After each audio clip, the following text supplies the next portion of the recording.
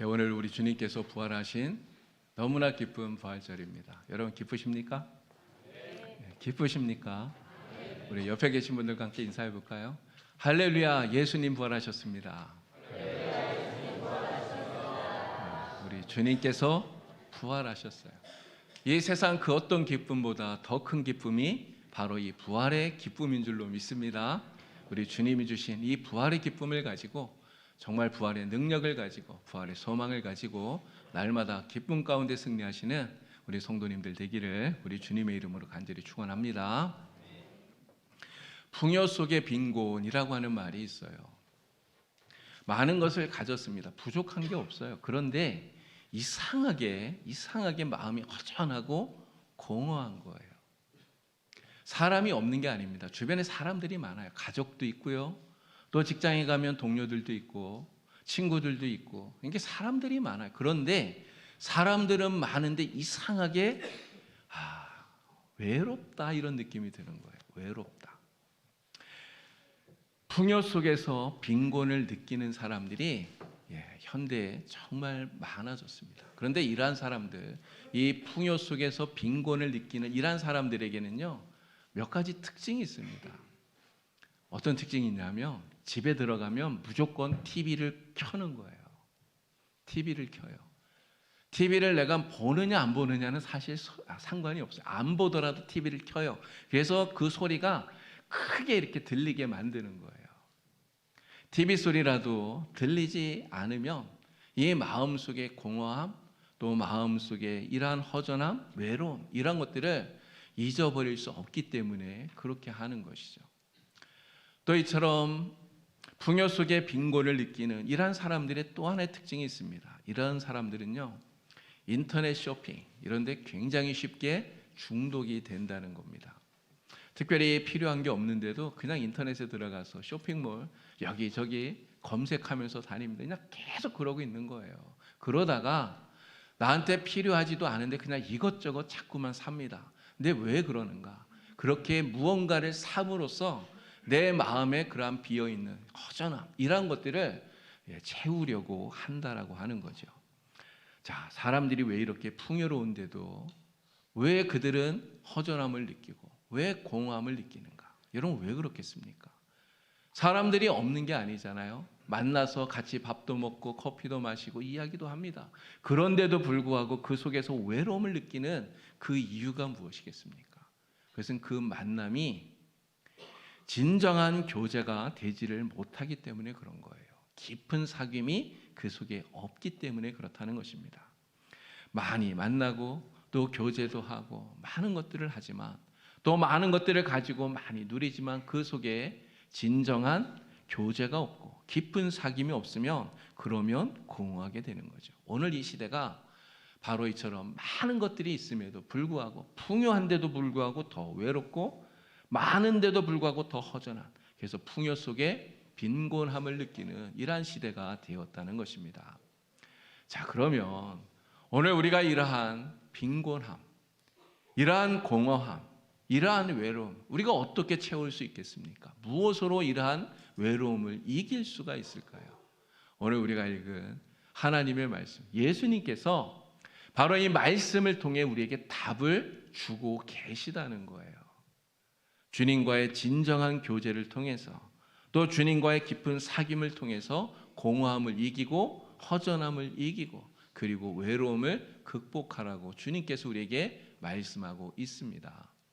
자, 오늘 본문에서 주님께서 정말 놀라운 선언을 하고 계신데 53절 말씀 우리 같이 한번 읽어보겠습니다. 53절 예수께서 이르시되 내가 진실로 너희에게 이르노니 인자의 살을 먹지 아니하고 인자의 피를 마시지 아니하면 너희 속에 생명이 없느니라. 아멘. 예수님 뭐라고 말씀합니까? 인자의 살을 먹지 아니하고 인자의 피를 마시지 아니하면 여기에서 말하는 인자가 누구예요? 예수 그리스도, 예수님입니다. 예수님의 살을 먹지 않고 예수님의 피를 마시지 않으면 그에게는 생명이 없다고 말해요. 여기에서 말하는 예수님의 살과 피가 무엇입니까? 우리를 위해서 십자가에 달리셔서 찢기신 예수님의 살, 우리를 위해서 십자가에 달리셔서 주님께서 흘리신 그 보혈, 그 피, 이걸 이야기하는 거잖아요. 바로 주님의 살과 피, 예수님의 생명을 말씀하고 있는 거예요. 예수님께서 나의 살과 피를 마시라고 말씀하시는 이것은요, 바로 생명의 잔치, 주님께서 우리를 위해서 베풀어 놓으신 이 생명의 잔치에 우리를 초대하고 계시는 것입니다. 십자가 위에서 우리를 위해서 찢기신 주님의 살, 이 주님의 살을 우리를 위한 생명의 양식으로 주님이 준비해 놓으셨어요. 십자가 위에서 주님께서 흘리신 그 피, 그 보혈을 우리를 위한 영생의 음료로 주님이 준비를 해 놓으신 거예요. 그렇게 생명의 잔치를 만들어 놓으시고, 그리고 주님이 우리에게 오라고 부르십니다. 그 생명의 잔치에 우리를 초대하고 계시는 거예요. 이 생명의 잔치에서 생명의 양식을 먹고 생명의 음료를 마시고 그리고 영생의 복을 누려라, 주님께서 우리에게 말씀을 하고 계시는 거죠. 이사야서 55장 1절 말씀 다 같이 읽어보겠습니다. 오호라, 너희 모든 목마른 자들아 물로 나오라. 돈 없는 자도 오라. 너희는 와서 사 먹되 돈 없이 값 없이 와서 포도주와 젖을 사라. 주님께서 우리에게 부르십니다. 목이 마르냐? 다 나에게로 와라. 돈이 없는 자도 와라. 가난한 자도 와라. 누구든지 내게로 오라. 주님께서 부르고 계셔요. 요한복음 7장 37절 38절 말씀도 같이 읽어보겠습니다. 명절 끝날 곧 큰 날에 예수께서 서서 외쳐 이르시되 누구든지 목마르거든 내게로 와서 마시라. 나를 믿는 자는 성경의 이름과 같이 그 배에서 생수의 강이 흘러나오리라. 아멘. 누구든지 목마르거든 다 내게로 와서 마셔라. 주님이 말씀합니다. 주님께서 십자가 위에서 그 몸이 찢기시고 그 피를 흘리시고 우리를 위해서 생명의 잔치를 베풀어 놓으시고 누구 너만 와 이렇게 말씀하시는 게 아니에요. 누구든지 오라는 거예요. 누구든지 이 기쁨으로 생명의 잔치에 나와서 주님과 깊은 교제, 깊은 사귐을 가지라고 주님 말씀하고 계시는 것입니다. 여러분 모두 다 주님이 우리를 초대하시는 이 생명의 잔치, 이 생명의 잔치의 기쁨으로 나가셔서 우리에게 있는 모든 공허한 마음들, 허전한 마음들 주님께서 주시는 풍성한 은혜로 가득가득 채우시기를 주님의 이름으로 간절히 축원합니다. 그래서 풍성한 기쁨과 만족을 누리며 살아가는 여러분이 되기를 우리 주님의 이름으로 축원합니다. 이제 오늘 우리는 주님께서 다시 사신 이 기쁨 부활절에 우리 주님께서 주님의 살과 피로 우리에게 이렇게 베풀어 주신 생명의 잔치, 바로 이 성찬식에 참여하게 됩니다. 여러분, 우리가 성찬식에서 떡과 잔을 나누죠. 이 성찬식에서 나누는 이 떡과 잔은 단순한 상징적인 이러한 것이 아니에요.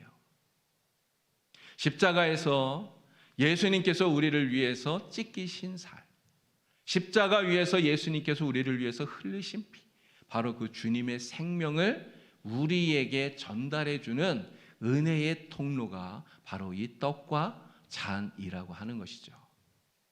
십자가에서 죽음을 이기고 부활하신 예수님께서 지금도 살아계셔서 주님의 생명을 우리에게 먹이시고 그리고 마시게 하시는 바로 그 자리가 이 성찬의 자리인 줄로 믿습니다. 여러분, 이 성찬식을 그냥 교회에 어떤 형식적인 이런 행사로 여기지 않기를 간절히 원합니다.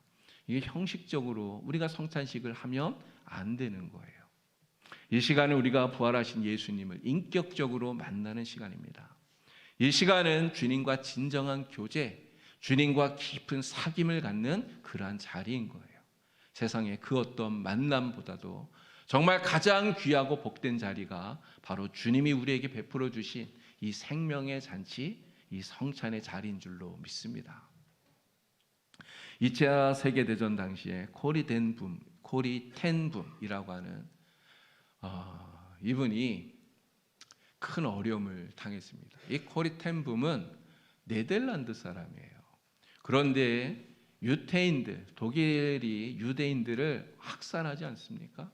근데 독일인들이 이 유태인들을 학살한 이러한 모습을 보면서 그들이 너무나 불쌍하니까 그냥 외면하지를 못해서 이 유대인들을 숨겨주게 된 거예요. 이 당시에 코리텐 붐, 이분은 어렸죠. 근데 이제 그 부모님들이 그렇게 한 거예요. 같이 이제 그렇게 했습니다. 그런데 문제는 이게 발각이 되었습니다. 그래서 독일군에게 체포가 되어서 가족들이 모두 다 수용소에 갇히게 됩니다. 이 수용소 안에서 이분의 아버지는 돌아가시게 되었어요. 정말 죽음의 수용소입니다. 언제 죽을지 모르는 그러한 수용소예요. 죽음의 공포가 가득합니다. 근데 이러한 수용소 안에서 이 코리텐 붐, 이분이 무엇을 했느냐? 이분은 신앙을 잃어버리지 않게 해서 정말 내게 있는 그 기독교 신앙, 주님을 믿는 이 신앙을 잃어버리지 않기 위해서 성찬식을 했다는 거예요. 자기의 언니와 함께 갇혔습니다. 그런데 그 언니와 함께 매 주일마다 사실 먹을 게 없잖아요. 빵이 어디 있습니까?